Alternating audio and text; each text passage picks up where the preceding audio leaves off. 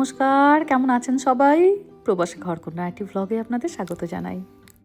তার সাথে সকলকে জানাই গুড মর্নিং। আজকে সকালটা হয়েছে আমাদের পিসমো বিচে। পিসমো বিচ বাড়ি থেকে মোটামুটি ঘন্টা চারেকের রাস্তা। কিছুদিন আগে তো আমরা পাহাড়ে গেছিলাম, আজকে এসেছি এবার একটু সমুদ্রে।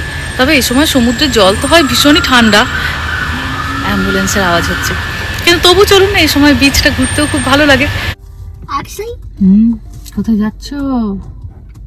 I'm getting press on the power button. Actually, ঝরাম করে দিয়ে গাড়িটাকে মেরে দেবে। যেই জায়গাটা দাঁড়িয়েছিলাম ওখান থেকে বিচটা হয়ে যাচ্ছে অনেকটা দূর, পার্কিংটাও কাছাকাছি নয়, হাঁটতে হবে অনেকটা বেশি। এক বন্ধু পৌঁছে গেছে আগেই, সে তার লোকেশন পাঠালো, এখন তার লোকেশনে যাচ্ছি। সেখান থেকে নাকি বিচ একদম কাছে, একদিকে পাহাড় আর আরেকদিকে সমুদ্র। কি সুন্দর লাগছে দেখুন।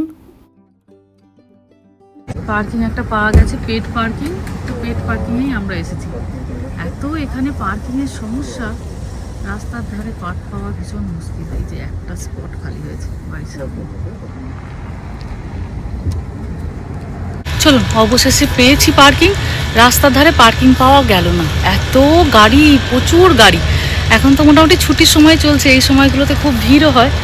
পেড পার্কিং লট পাওয়া গেছে, সেখানে 2 ঘন্টার জন্য পার্কিং নেওয়া হয়েছে। তো 2 ঘন্টাতে পড়লো আপনার $14। $14 মানে প্রায় ধরুন 1000 টাকা কি 1100 টাকা মতো। তো ওখানে 2 ঘন্টা রেখে দেওয়া হয়েছে। পেড পার্কিংয়ে রাখলে একটা সুবিধা কি, গাড়ির আপনার টো করে নিয়ে চলে গেল বা পুলিশের টিকিট দিল, এরকম কোনো ভয় নেই। মাঝে মাঝে রাস্তার পাশে পার্কিংগুলোতে কিছু নিয়ম কানুন থাকে, তো সেইগুলো হয়তো আপনি খেয়াল করলেন না, কিন্তু পেড পার্কিংয়ে সেই ভয়টা নেই। অবশেষে পাওয়া গেছে। এই যে পেড পার্কিংয়ে অনেকগুলোই খালি আছে। চলুন এবার তবে সমুদ্রের দিকে যাই। এসে গেছি একদম আমরা বিচের সামনে। পিসমো বিচটা সান ফ্রান্সিসকো আর লস অ্যাঞ্জেলেসের একদম মোটামুটি মাঝামাঝি জায়গায়, জানেন। আর সব থেকে ভালো ব্যাপার হলো, একদিকে আপনি দেখবেন একদম দামাল প্রশান্ত মহাসাগর, আর অন্যদিকে একটা শান্ত শহর। ও মা, দেখুন ছেলেটা দড়ির ওপর দিয়ে হাঁটছে। এই স্ল্যাক লাইনিং এদেশের একটি খুব জনপ্রিয় আউটডোর অ্যাক্টিভিটি। সাধারণত মানুষ এগুলি করে শরীরের কোর স্ট্রেংথ বা কোঅর্ডিনেশন বাড়ানোর জন্য, মনোযোগ বাড়ে এতে খুব। আবার অনেকে খেলার ছলেও করে। এরকম দুলছে দেখুন, মনে হচ্ছে যেন এক্ষুনি টুক করে পড়ে যাবে। জিনিসটি দেখতে সোজা লাগে ঠিকই, কিন্তু করতে বেশ কঠিন। রামা মেয়া হাঁ করে ছেলেটির দিকে তাকিয়ে আছে যে কি করে ওইটা পারছে। এই যে বিচের একদম সামনেই বড় বড় করে লেখা আছে পিসমো বিচ। জায়গাটাতে মোটামুটি 8000 মানুষ বসবাস করেন ঠিকই, কিন্তু প্রচুর টুরিস্ট আসে। Surfing, swimming, fishing, camping, hiking, নানা রকমের এখানে অ্যাক্টিভিটি হয়। আবার অনেকে শুধু বসে বসে সারাদিন ধরে সমুদ্রই দেখেন। এখানে সমুদ্রের ওপরে বিশাল লম্বা একটা কাঠের পিয়ার আছে, জানেন। এই পিয়ার ধরে হেঁটে গেলে মনে হবে আপনি যেন একদম ধীরে ধীরে সমুদ্রের ভেতরেই চলে যাচ্ছেন। পিয়ার মানে হলো সমুদ্রের তীর থেকে একদম সমুদ্রের অনেকটা জলের ভেতর অবধি কাঠ দিয়ে একটা সেতু তৈরি করে, যাতে লোকজন সেটা দিয়ে হেঁটে যেতে পারে। আর এই যে এখানে একটা টুক করে ছোট্ট মতো দোকান বসেছে। দোকানটা কি সুন্দর দেখুন। দেশ হোক বা বিদেশ, সমুদ্রের ধারে দোকান মানেই তাতে থাকবে ঝিনুকের জিনিস। কত রকম ঝিনুকের জিনিসপত্র ঝুলছিল, দেখছেন কতটা লম্বা সেতুটা। এখানে কুকুর অ্যালাউ নেই, ওই যে বলছে নো ডগস অ্যালাউ। আর ওই দেখুন দুজনে কি সুন্দর সার্ফিং করছে। জীবনে বহু জিনিসই না পারা থেকে গেল। এইগুলো দেখলে মাঝে মাঝে ইচ্ছা হয় যে যদি এইগুলো আমরা পারতাম, একদম কত দূর অবধি সমুদ্রের ভেতরে যেতে পারতাম একদম নির্ভয়ে। সমুদ্রের গর্জনটি আপনাদের একবার শোনাই।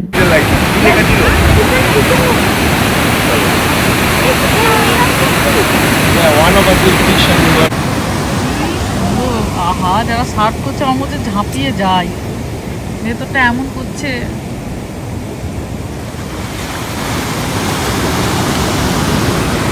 সমুদ্রে যখন আসা হয়েছে, সমুদ্রের জল বালি না ঘেটে কি আর বাচ্চারা বাড়ি যাবে বলুন না। একটুখানি এখানটা হাঁটলাম, দিয়ে এবার খোঁজা চলছে এখান থেকে কোথা দিয়ে নেমে তারপরে বালি অবধি পৌঁছাবো। বাচ্চারা অল্প একটুখানি বালি নিয়ে জল নিয়ে খেলা করুক, তারপরে বাড়ির পথ ধরবো। তবে এখানে আবার রিক্সার ব্যবস্থা আছে, রিক্সায় চেপে আপনি গোটা শহরটা নাকি ঘুরতে পারবেন। তো চলুন, যদি রিক্সা খুঁজে পাই তাহলে একটু শহরটাও ঘুরে নেবো। এ দেখুন আমাদের মতো ঝিনুকের ঘর সাজানোর জিনিসপত্র বিক্রি হচ্ছে। তুই কি ফিশিং করতে যাবি নাকি? পেয়েছি। হ্যাঁ মা, বলো।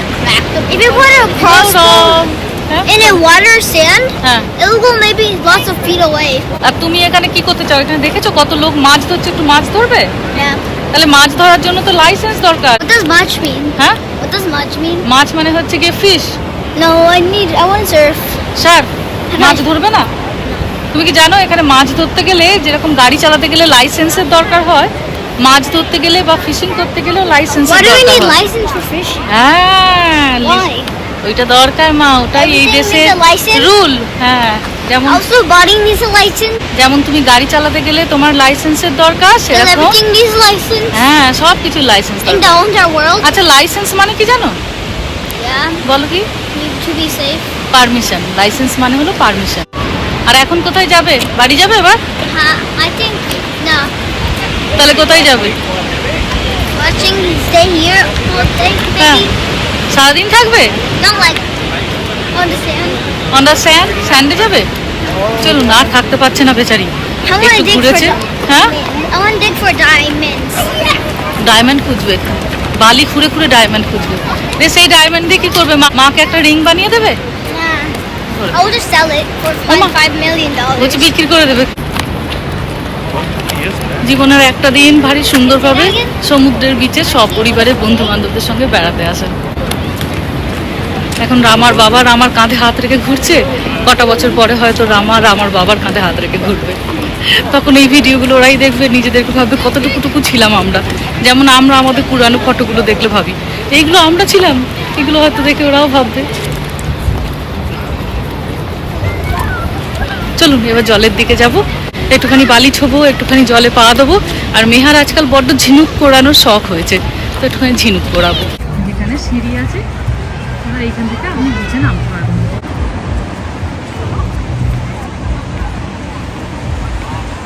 এইগুলো ঘুরে বেড়াচ্ছে, এত খাবার দাবার চারিদিকে।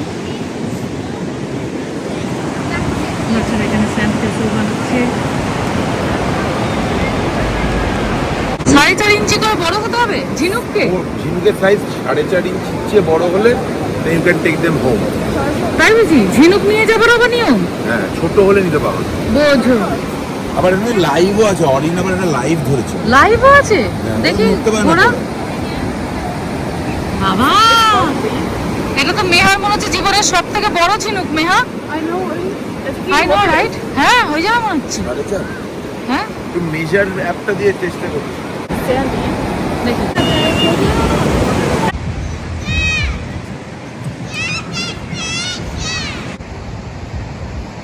নিজের নিচ দিয়ে দিয়ে হাঁটা। বাচ্চারা ওখানে সমুদ্রের কাছে চলে গেছে, ওখানে গিয়ে জল খাচ্ছে। এই জায়গাটা দেখে মনে হলো একটুখানি এর ভেতরটায় যাই। যখন ওই সিঁড়িটা দিয়ে নামলাম, দেখছি ব্রিজের নিচটা এত সুন্দর। গোটা ব্রিজটাই দেখুন কাঠের এইরকম বড় বড় সেই গুঁড়িগুলো দিয়ে দিয়ে এই যে সাপোর্ট করা আছে। বেশ একদম অন্যরকম লাগলো। এর আগেও যতগুলো সি বিচে গেছি এইগুলো হয় কি জলের নিচে থাকে, মানে অর্ধেকটা করে জল থাকে, সমুদ্রের ঢেউ এসে পৌঁছাচ্ছে, তো খুব একটা যাওয়া হয় না। কিন্তু এইটা দেখছি একদম শুকনো, তাই ভাবলাম একটু হাঁটি। কি ভালো লাগছে দেখতে চারপাশটা, দেখুন চারিদিকটাতে খুঁটি খুঁটি খুঁটি খুঁটি খুঁটি। এই যে বাইরেটাতে একটু গরম গরম আছে ঠিকই, কিন্তু এটাই পুরো ঢাকা, তো এখানটা সূর্যের আলো এসে পৌঁছাচ্ছে না, ওই জন্য এখানটা কি সুন্দর ঠান্ডা। আর বালিটাও খুব পরিষ্কার এখানে একদম। তবে চলুন, এখানে বেশিক্ষণ দাঁড়িয়ে থেকে লাভ নেই। খুব ইচ্ছা হচ্ছিল একবারটি ভেতরে আসার, ভাবলাম আপনাদেরকেও সাথে নিয়ে আসি।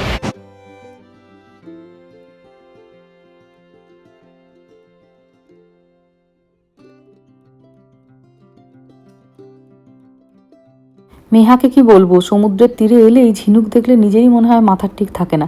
প্রথমে একটু মনটা খারাপ হয়ে যাচ্ছিল জানেন, যে কি রে বাবা, এত বড় সমুদ্রে একটা ঝিনুক নেই। তারপরে এই দিকটাতে এসে দেখছি ও মা, কত বড় বড় ঝিনুক। আর মনে তো গেয়ে উঠলো সেই বাংলা গানটা, বলুন তো কোনটা? ছোটবেলায় যখন দীঘা যেতাম আলাদা করে প্যাকেট নিয়ে যেতাম জানেন, ঝিনুক করাবো বলে। বড় ঝিনুক, ছোট ঝিনুক, মেজো ঝিনুক কেউ বাদ পড়তো না। যখন বাড়ি আসতাম দুই বোনের এই বড় বড় দুটো প্যাকেট হতো শুধু ঝিনুকেরই।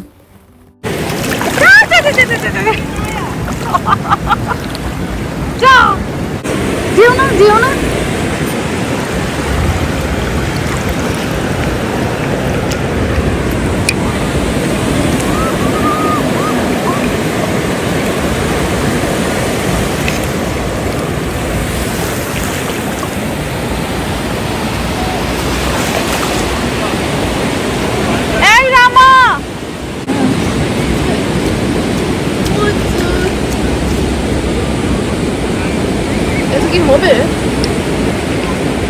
এত ঠান্ডা জলটা, বাবারে পায়ে লাগছে, মনে হচ্ছে যেন বরফের জল।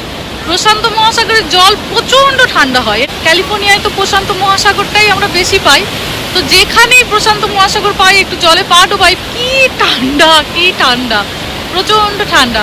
তাও এসে একটু দাঁড়িয়ে আছি, এই যে এত ভালো লাগছে। তো প্যান্টটা ভিজে গেল।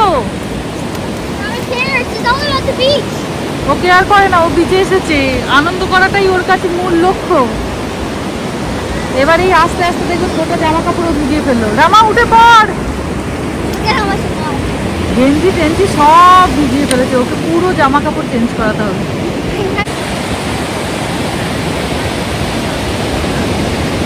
মেয়েটার হাতে দেখুন লাইভ কাঁকড়া, কাঁকড়া ধরেছে।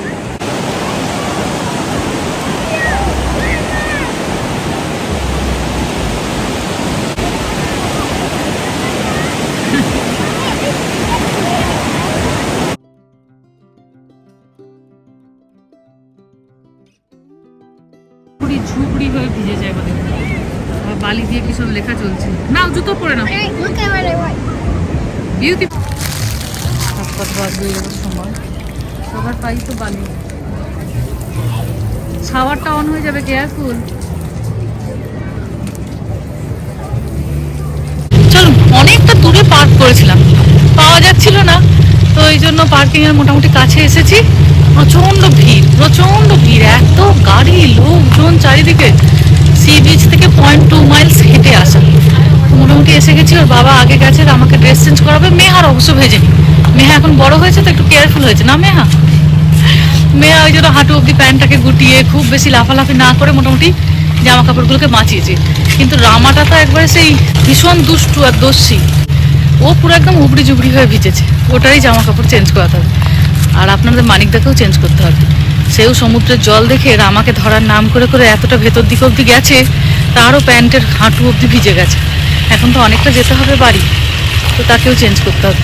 চলুন, চলে এসেছি।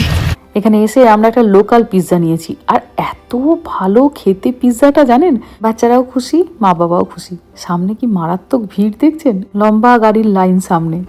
চলুন, ধরলাম এবার বাড়ির পথ। সূর্যি মামারও বাড়ি যাবার সময় হয়ে এসেছে, বিকেল 4:30 মতো বাজে। এখন ঘন্টা 4 মতো লাগবে বাড়ি ফিরতে। যাই হোক, চলুন ধীরে সুস্থে বাড়ি পৌঁছাই। ভিডিওটাও তাহলে আজকে এখানেই শেষ করছি। সবাই ভালো থাকবেন, সুস্থ থাকবেন, সাবধানে থাকবেন। আর ব্লগটা কেমন লাগলো সেটা আমাকে অবশ্যই কমেন্টে জানাবেন। ভালো লাগলে একটা লাইক করে দেবেন। সবাই ভালো থাকবেন, সুস্থ থাকবেন, সাবধানে থাকবেন। দেখা হবে খুব শিগগিরই পরের একটা ব্লগে।